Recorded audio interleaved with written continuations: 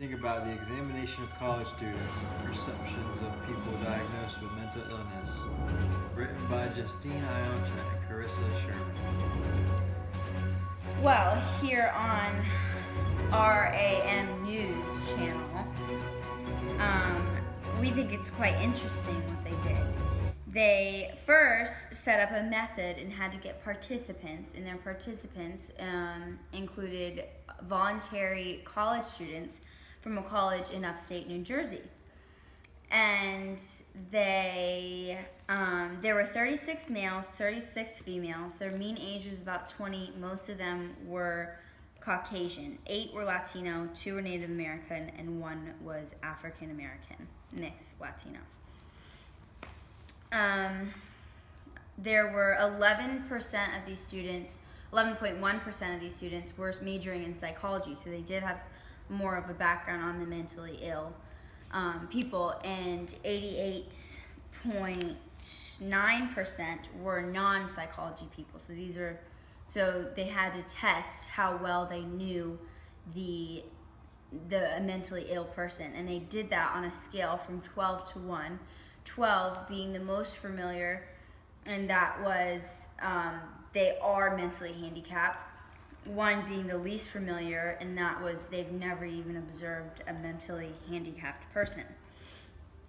The next thing they did was they gave them a test called the OMI, Opinions of Mental Illness Questionnaire, and they wanted to see their attitudes about the mentally ill people. They wanted to examine what people thought, and they did that by 5 different sections on this questionnaire. The first section was authoritarianism, and that was the opinion of mentally ill to see if they were inferior to other people. And that section actually did score high. A lot of people did score high on that section, so a lot of people do think they are inferior. And the second was benevolence, and that was to see how encouraging they were to the mentally challenged patients, but they still had some fear of them. So they wanted to see if they had fear, but how encouraging they were. And the third section would be mental hygiene, etiology. So they wanted to kind of see if they thought that they were normal people and how normal that other people perceived the mentally ill. And the fourth was if they wanted to see if other people thought that they were a danger to society.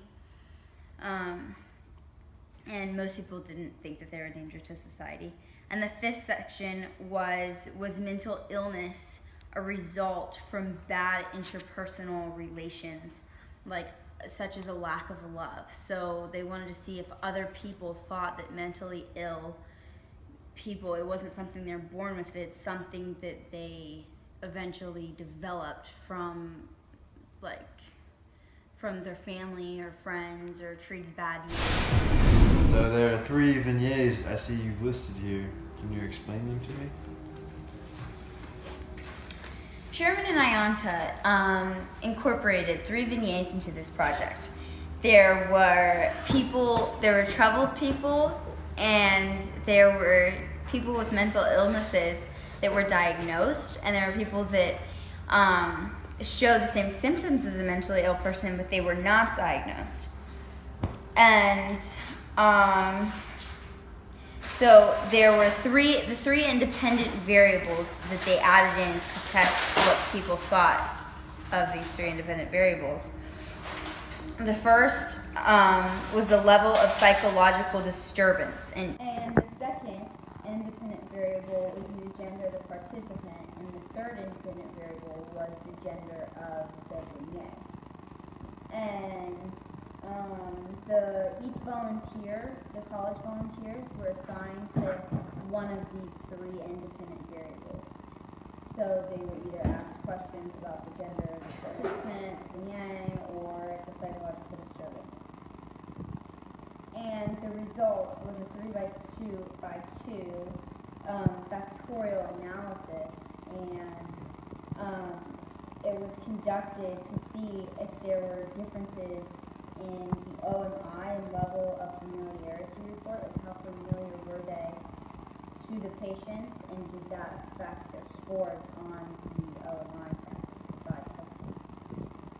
And according to the Vignette, type, gender, and the participant gender. And for females, the authoritarianism, they did score a high score, however the males scored a lot higher on the authoritarianism section, so the males saw themselves a lot higher, a lot more inferior to the mentally ill than females did.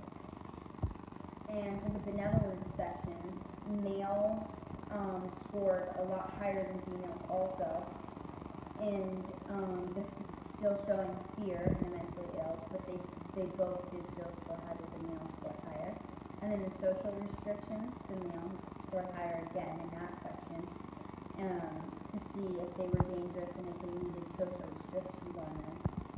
And in the interpersonal and theology, the males scored higher, and they believed more than the females that mental illness resulted from bad interpersonal relationships. And the females didn't score high on that one at all. They scored really low in that section. And they did the LSD post-hoc test, which is the least significant difference post-test. And it was used to determine whether there was a difference between the OMI and level of familiarity report scores among the three Vignette types. And there was a significant difference in scores of the familiarity report and type of Vignette. The main difference was the troubled person compared to the non-diagnosed person was 2.08, and the troubled person compared to the diagnosed person was a negative 1.79, and the non-diagnosed versus diagnosed, there was no difference at all. Nobody thought that those two were different. Okay, first question. Do you think mentally handicapped are inferior to those without mentally handicapped disorders? Absolutely not. Okay. Second question. Do you think those with mental disorders should have restrictions such as separate schools and classes or not able to go into certain places? I don't think they should be, separated, but I think they should get the help they need to be able to be comfortable and get what they need. Why do you think some schools separate those with mentally handicapped? Because they want to give them the special need that they deserve. Do you think mentally handicapped are inferior to those without mentally handicapped disorders? Do I think it's bad? Not really. Okay. Do you think those with mental disorders should have restrictions such as separate schools and classes or not able to go into certain places? They should have certain schools because I had a handicap. I had dyslexia. Mm-hmm. So dyslexia is how you guys read regular paragraphs. I read it backwards to the front. So, and I have to retrain my mind to read like your diamond supply and stuff. I read the supply before the diamond. Yeah. So, so I went to a special school, but I also got paid to go to college through the state. So, yeah. So, I don't condemn anybody for their disabilities because there's a lot of people that do have disabilities. That's how a lot of people get bullied too. Yeah. So, Thank you so much. you're welcome. The second article that we found was by Anja Esther Bowman, and she talks about the stigmatizations in social distance and exclusions because of mental illnesses. There is a lot of stigma attached to mental illnesses and consequences from having mental health problems, and they're often underestimated, underdiagnosed, and untreated because of their mental illnesses. And a lack of knowledge of a mental illness can there's a lack of knowledge of causes and symptoms of these mental illnesses. And there's a lot of like there's not a lot of personal contact, and that can lead to negative attitudes toward the mentally ill. And stigmatization, social exclusion, and discrimination are a lot of the consequences that are caused by those. And because of stigmatizations placed on the mentally ill, they are often turned down when looking for jobs, apartments, etc., and it makes it really hard for them to live and just live a normal life. And we're often perceived the mentally ill as strangers in our society. They're not a part of our normal everyday life, so we don't see them as other people. We view them as almost like a different species than normal humans. And some causes of this is because we have a natural instinct to survive and to reproduce. That's how our race survives. And so when we see mentally ill people, they're not a good candidate for us to reproduce with, and so that's kind of one of the reasons why we shun them off. And humans' the picture of their world is shaped and stapled by norms and like values, expectations, and when someone disturbs this norm that we have in the world, that's when we separate them from us and other people. Mentally ill people are recognized as members of an out-group, or like strange or unfamiliar to us because they're not like us, so they're seen as very unfamiliar.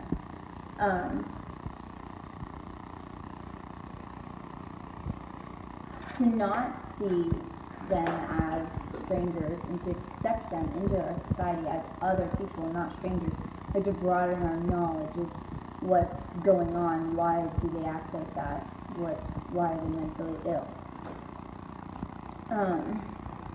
To understand strangers, to understand the mentally ill as others, not strangers, members of our own social group, and accept them as members. Society provides people with interpersonal patterns to get rid of the strangers from mentally ill people and accept them as another member. So what we have to do as a society is to educate other people more about the mentally ill and inform people of who they are so other people can get more of a knowledge so they can accept what they are, who they are in our society.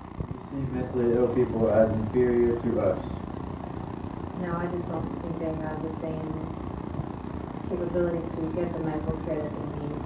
There's no saying that they're inferior or inferior. They lack the medical care.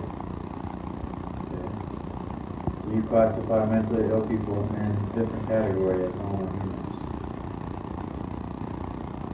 I think they need to be spoken to and addressed to differently. This depends on their illness and the person who's conversing with them on their knowledge of that illness and how to address that person. Do you think that females and males have a different perception of the mentally handicapped? No, I think it depends on the person's knowledge of that mental illness. It doesn't matter if male or female, it depends on the person's knowledge of how to handle and how to deal with the mentally ill. Good. Do you think those who are undiagnosed but have the symptoms of a mental illness?